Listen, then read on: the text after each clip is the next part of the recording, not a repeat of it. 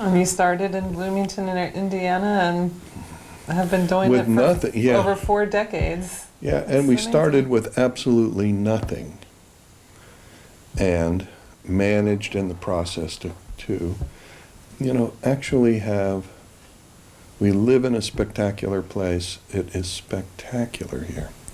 I don't really think it could possibly be better than this. I mean, we could be better business people. Certainly our limitation has been that we are very poor marketers and very poor at self-promoting. But, we've always felt like, I wrongly believed that if I did good work, people would see that work and appreciate it. We've never been about money. We've always been about work hard, do the best we can, provide a higher level of quality than, we are charging for, and, trying to make a contribution to the understanding of America and the world about the nature of our own self and, the possibility that is available to us for a life experience. I hear you saying that, but marketing doesn't necessarily attract, more is not better.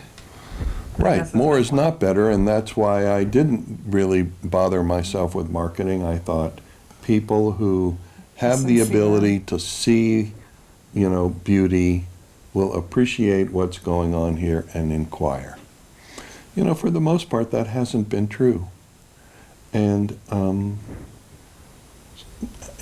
okay with it, if my ultimate view is I have attracted in my life what is appropriate for me to live with, and I've attracted the life that was, intended for me to live, and I'm living it in the biggest and finest, noblest, most generous way I can.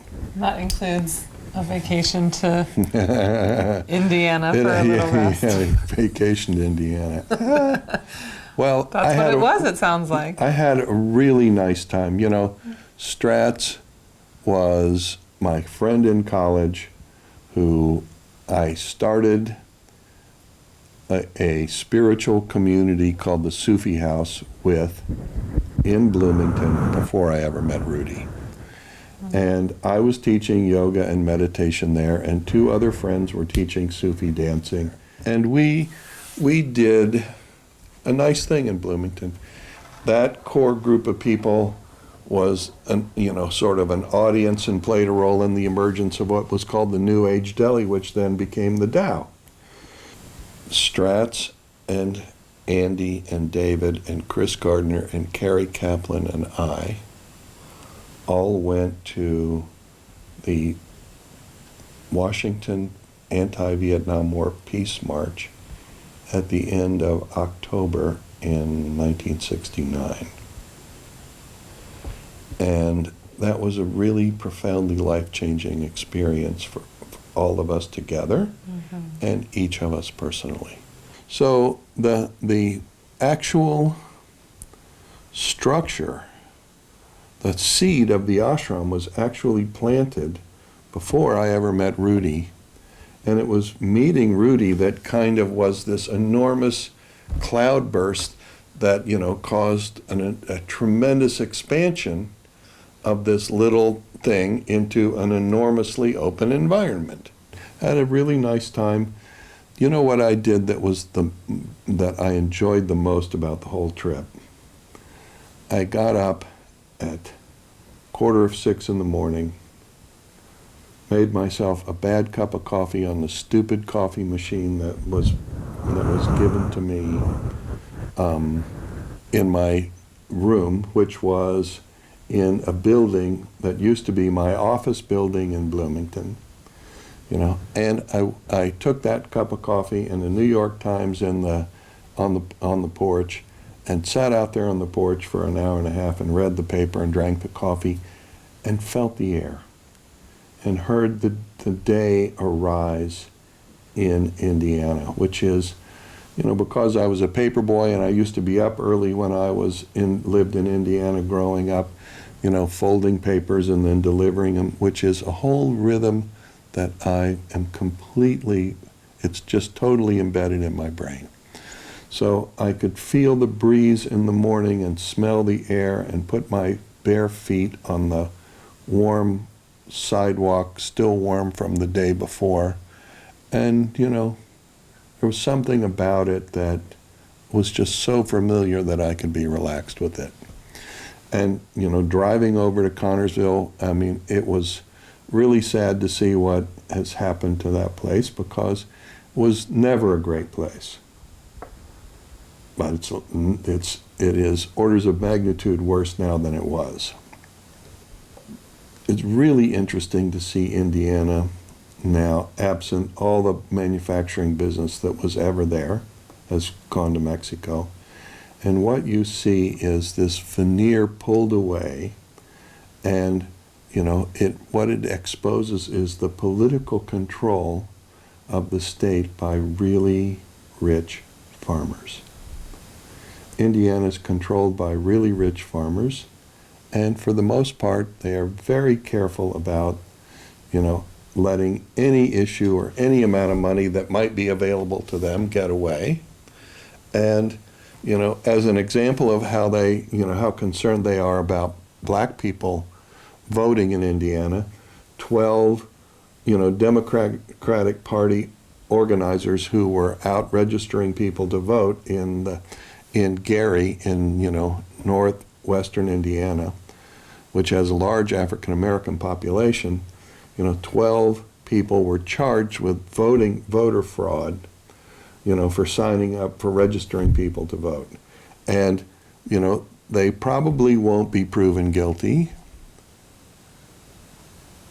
but the whole point of that is that the Republican Party, you know, is committed to suppressing the black vote, because, you know, Indiana was won by Obama in two separate presidential elections. And that's because of the black vote in Indiana. So if that vote ever got actually organized, you know, Indiana would be a red state. Or is it a blue state? It'd be a blue state. It was really interesting to go there. It was interesting to see Indiana and make contact with, you know, all the problems that exist in the United States between Pittsburgh and Denver. You know, to see in Connersville 5 pain clinics in the space of 2 blocks on the major exit road, meaning people were coming down from Richmond and coming down from Milton and coming down from Centerville To get their opioid prescriptions in Connersville, you know, and to hear about, you know, the number of opioid-related overdoses that are killing people in Fayette County was interesting. It was interesting to be in touch with all of that again, and interesting for me to see the roads where there were 2-lane roads before. There are now only 1-lane roads or dirt roads, because Fayette County can't afford to pave them anymore. And the state roads from Indianapolis radiating down to Bloomington, and from Bloomington down to Evansville, which is another major city, were just totally excellent. But the state roads in the eastern part of the state were just garbage. And, you know, that again is another demonstration of the fact that, you know, the eastern part of Indiana, eastern half of Indiana, is really in a big state of decline. The part of Indiana that was sort of oriented more toward, you know, automobile supply manufacturing and was closer to Ohio, where that was also happening, you know, is just totally going to junk. The main thing for me is, you know, I would be very happy to see our program in some sense flourishing in the United States. And I think it is, I mean, I have to say, it's a little disappointing to see it not flourishing. It's not surprising to see it not flourishing, but it is disappointing. And I think, you know, the flourishing part of it is that, you know, you want to see people sort of get exposed to their own possibilities, and to, you know, now in a time when there's lots more people and there's lots more information and there's lots more, you know, there's lots more possibilities for creativity. The main thing is that there's really a lot less money. There's a lot less money. For instance, the house that I bought in Bloomington that I'm, you know, on my Facebook page, I posted at 312 West 14th Street, our original house. I paid $25,000 for. You were a bunch of 20-something-year-olds, and you could go out and buy a house and start a business for, well, you know, under $100,000. Nobody was going to do that, but I did it. Right. And then everybody came along. Yeah. You know, but the point is now that same house is $250,000. Right. So I had a wonderful time in Bloomington, seeing some really beautiful people who, you know, I've shared my life with, and it was an opportunity to connect with them again and honor that shared experience that we've had, which was wonderful and painful and, you know, and very happy and sometimes very sad, like life. You know, and that was really good, and it was also a chance to reconsider, you know, the trajectory of our community and the reasons why this extraordinary place, you know, exists today, and also to think about, you know, flourishing and times changing and things coming to an end. So it was all good. One of the people I really admired over the last generation is John Friend. John Friend is a yoga teacher who created a yoga style and a yoga movement called Anusara. And the great thing that John Friend did, he's a charismatic person and a really good yoga teacher, but the really brilliant thing that he did was he created a community out of, you know, interlinking yoga teachers and yoga studios. And it was really great.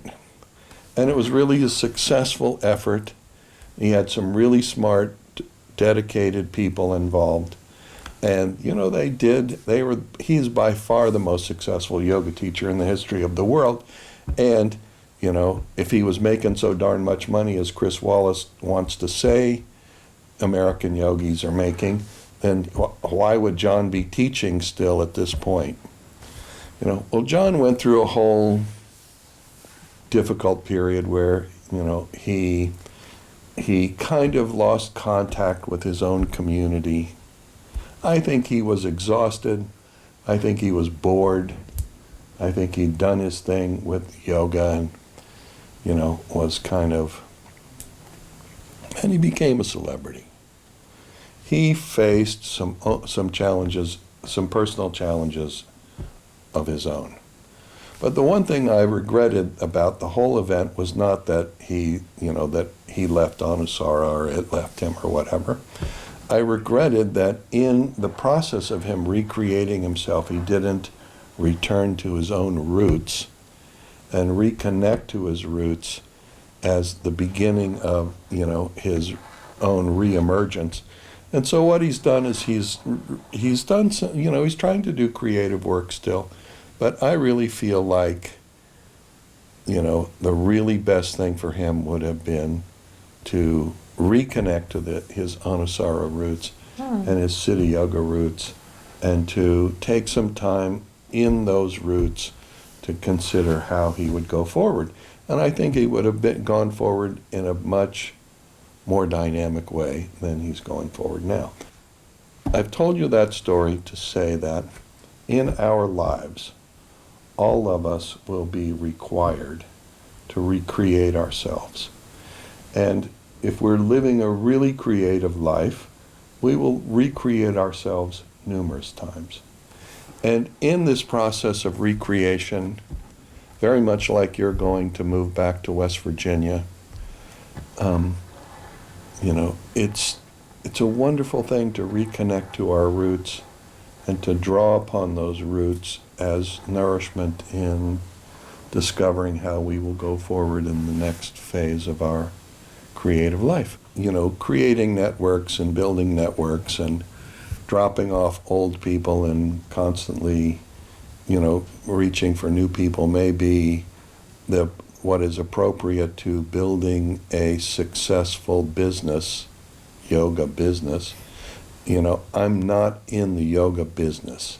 I am in the yoga practice of, you know, exploring the depths of my own spirit and its creative capacity.